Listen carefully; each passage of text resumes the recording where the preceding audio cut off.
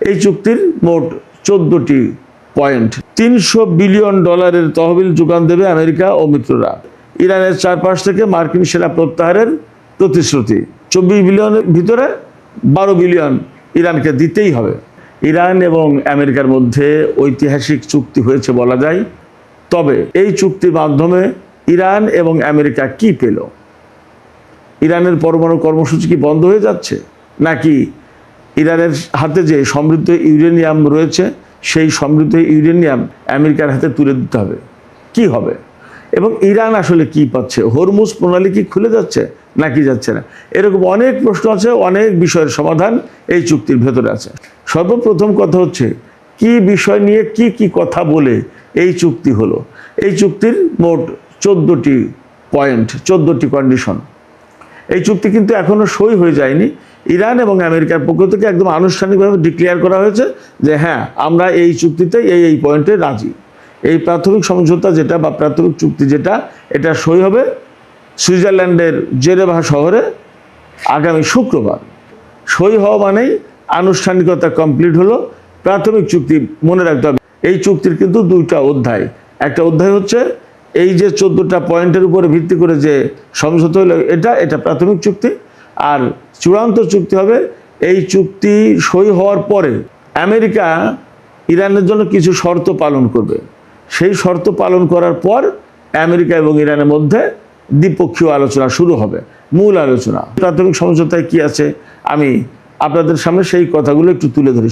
প্রথম শর্ত হচ্ছে লেবানন সহ সব ফ্রন্টে স্থায়ীভাবে যুদ্ধ বন্ধ হবে। 2 নম্বর হচ্ছে ইরানের অভ্যন্তরীণ বিষয়ে হস্তক্ষেপ না করা এবং ইসলামী প্রজাতন্ত্রের সার্বভৌমত্বের প্রতি সম্মান। 3 নম্বর হচ্ছে 30 দিনের মধ্যে নৌ অবরোধ সম্পূর্ণভাবে প্রত্যাহার। 4 নম্বর হচ্ছে ইরানের চারপাশ থেকে মার্কিন সেনা প্রত্যাহারের প্রতিশ্রুতি। 5 নম্বর হচ্ছে ইরানি ব্যবস্থাপনায় 30 দিনের মধ্যে হরমুজ খুলে দেয়া। 6 নম্বর হচ্ছে তেল ও তেলজাত পণ্য রপ্তানির উপর থেকে নিষেধাজ্ঞা স্থগিত, নিজস্ব অর্থের উপর পূর্ণাঙ্গ প্রবেশের অধিকার দেয়া। এরপরে 7 নম্বর হচ্ছে ইরানের পুনর্গঠনে $300 বিলিয়ন তহবিল যোগান দেবে আমেরিকা ও মিত্ররা।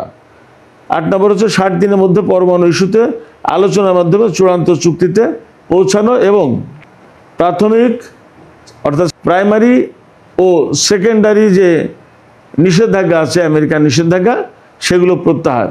একই সাথে জাতিসংঘ ও IAEA তাদের যে প্রস্তাব রয়েছে ইরানের বিরুদ্ধে বিভিন্ন সময় প্রস্তাব পাশ করেছে, সেই সমস্ত প্রস্তাব প্রত্যাহার করা।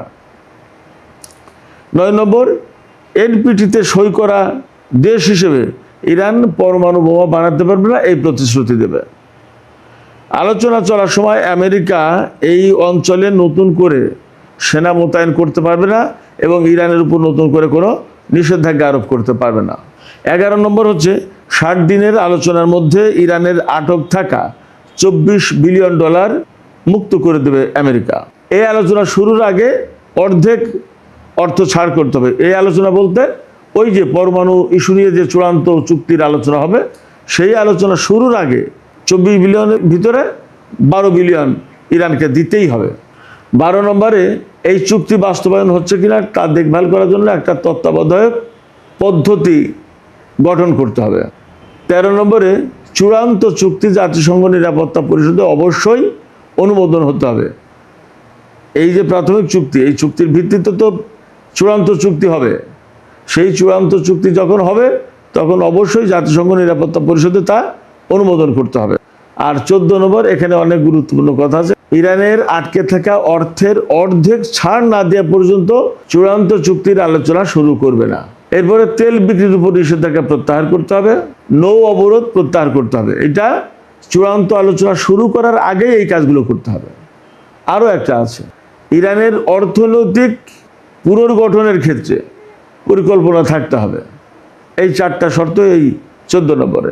এরপরে গিয়ে বলছে চূড়ান্ত চুক্তির ব্যাপারে যা নিয়ে আলোচনা হবে তা হচ্ছে ইরানের হাতে যে সমৃদ্ধ ইউরেনিয়াম আছে সেগুলোর ভাগ্য কি হবে, সেগুলো নষ্ট করে ফেলা হবে নাকি আমেরিকাকে দেওয়া হবে নাকি ইরানের হাতে থাকবে, কি হবে, এইটা নিয়ে আলোচনা হবে। আর একটা বিষয় নিয়ে আলোচনা হবে যে ইউরেনিয়াম এনরিচ করতে পারবে কি পারবে না। তবে ইরানের পরমাণু কর্মসূচি বন্ধ করে দিতে হবে, এই রকম কথা কিন্তু নেই। এই 14 নম্বরের ভেতরে আর একটা বিষয় আছে যে ইরান ক্ষেপণাস্ত্র কর্মসূচি পরিচালনা করতে পারবে কিনা এ নিয়ে কোনো আলোচনাই হবে না, এটা এজেন্ডাতেই থাকবে না। এছাড়া আঞ্চলিক যে সমস্ত শক্তি প্রতিরোধকামী সংগঠনগুলোর প্রতি ইরান সমর্থন দেয়, তাদেরকে সমর্থন দেয়া যাবে কি যাবে না এটা নিয়েও এই আলোচনায় কোনো কথা বলা যাবে না।